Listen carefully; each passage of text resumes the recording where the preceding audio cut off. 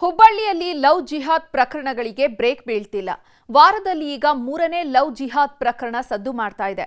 ಗಾಂಜಾ ವ್ಯಸನಿಯೋರ್ವ ಹಿಂದೂ ಯುವತಿಯ ಜೊತೆ ಇದ್ದಾಗ ಸಿಕ್ಕಿ ಬಿದ್ದಿದ್ದಾನೆ. ಜೊತೆಗೆ ಕೊಪ್ಪಳದಲ್ಲೂ ಲವ್ ಜಿಹಾದ್ ಆರೋಪ ಕೇಳಿ ಬಂದಿದೆ. ನಮ್ಮ ಹಿಂದೂ ಹೆಣ್ಣು ಮಕ್ಕಳ ಮೇಲೆ ಯಾಕೆ ಇವರಿಗೆ ಕಣ್ಣು? ಯಾಕೆ ನಿಮ್ಮ ಸಮಾಜದಲ್ಲಿ ಹೆಣ್ಣು ಮಕ್ಕಳು ಇಲ್ವಾ?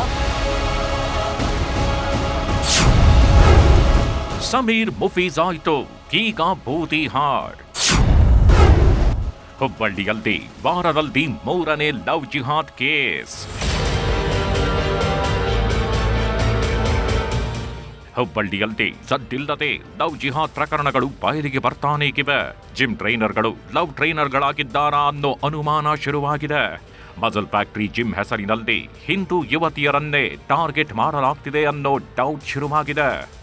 ಮೊನ್ನೆ ಸಮೀರ್ ಮುಫೀಸ್ ಪ್ರಕರಣಗಳು ಬಯಲಿಗೆ ಬರ್ತಿದ್ದಂತೆ ಈಗ ಮತ್ತೊಬ್ಬ ಸಮೀರ್ ಬೂದಿಹಾಳ್ನ ಕರ್ಮಕಾಂಡ ಬಯಲಾಗಿದೆ. ಈ ಮೂಲಕ ಹುಬ್ಬಳ್ಳಿಯಲ್ಲಿ ಒಂದೇ ವಾರದಲ್ಲಿ 3 ಲವ್ ಜಿಹಾದ್ ಕೇಸ್ಗಳು ಪತ್ತೆಯಾಗಿ ದೊಡ್ಡ ಆತಂಕ ಮೂಡಿಸಿದೆ.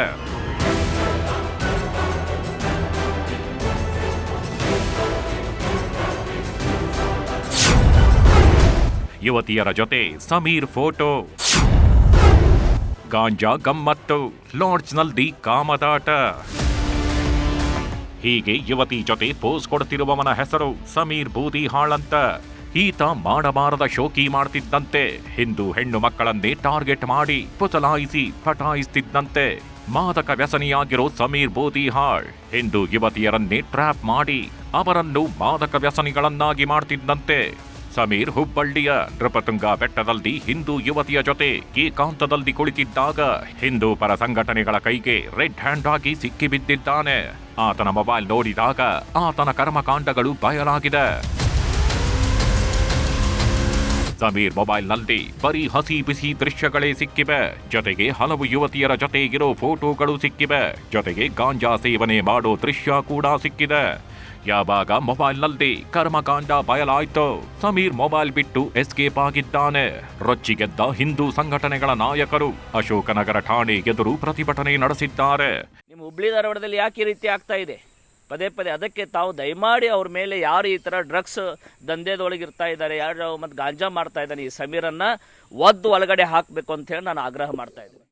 ಹಿಂದೂ ಸಂಘಟನೆಗಳ ಮುಖಂಡರ ಪ್ರತಿಭಟನೆ ವಿಕೋಪಕ್ಕೆ ಹೋಗ್ತಿದ್ದಂತೆ ಪೊಲೀಸರು ಸ್ವಯಂ ಪ್ರೇರಿತ ದೂರನ್ನ ದಾಖಲಿಸಿಕೊಂಡಿದ್ದಾರೆ. ಜೊತೆಗೆ ಈ ಬಗ್ಗೆ ಮೋಸ ಹೋದ ಯುವತಿಯರು ಬಂದು ದೂರು ನೀಡಬಹುದು ಎಂದು ಕಮಿಷನರ್ ಶಶಿಕುಮಾರ್ ಹೇಳಿದ್ದಾರೆ. ಮಾದಕ ವಸ್ತುಗಳನ್ನು ಅಂದರೆ ಗಾಂಜಾ ಉಪಯೋಗ ಮಾಡ್ತಿದ್ದು ಕೆಲವು ಗೋವಾ ಮೂಲದ ಹೋಟೆಲ್ಗಳಲ್ಲಿ ಕೂತಿರುವಂಥದ್ದು ಎಲ್ಲ ಕಂಡುಬರುತ್ತೆ ಅನ್ನುವಂಥದ್ದು ಹೇಳಿದ್ದಾರೆ. ಅದನ್ನು ಯುವತಿಯರು ಯಾರು ಇನ್ ಕ್ವೆಶ್ಚನ್ ಇದ್ದಾರೆ ಅವ್ರನ್ನ ನಾವು ವಿಚಾರಣೆಗೆ ಒಳಪಡಿಸಿ ಅವ್ರ ಕಡೆಯಿಂದ ಹೇಳಿಕೆ ಪಡೆದಂಥ ಸಂದರ್ಭದಲ್ಲಿ ಅವ್ರಿಗೇನು ತೊಂದರೆ ಆಗಿದೆ ಅನ್ನೋಂಥದ್ದು ಅವ್ರು ಹೇಳ್ಬೋದಾಗಿದೆ. ಇದಿಷ್ಟು ಹುಬ್ಬಳ್ಳಿಯ ಕಥೆಯಾದ್ರೆ ಇತ್ತ ಕೊಪ್ಪಳದಲ್ಲೂ ಲವ್ ಜಿಹಾದ್ ಆರೋಪ ಕೇಳಿ ಬಂದಿದೆ. ಕೊಪ್ಪಳದಲ್ಲೂ ಲವ್ ಜಿಹಾದ್ ಸದ್ದು, ಹಿಂದೂ ಯುವತಿಯರೇ ಟಾರ್ಗೆಟ್.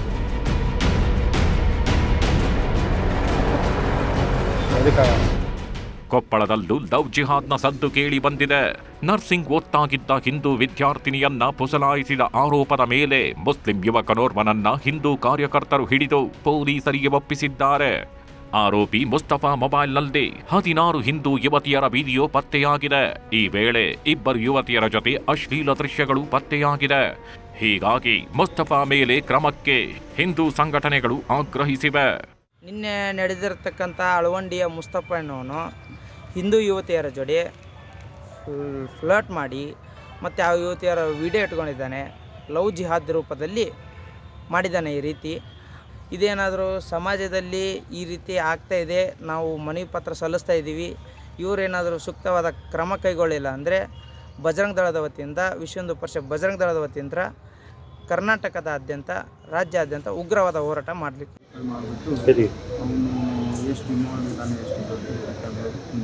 ಇವರು ಹೇಳ್ತಾ ಇದ್ದಾರೆ. ಅದ್ರ ಬಗ್ಗೆ ನಾನು ಅನ್ಎಸೈನ್ಮೆಂಟಿಂಗ್ ವೆರಿಫೈ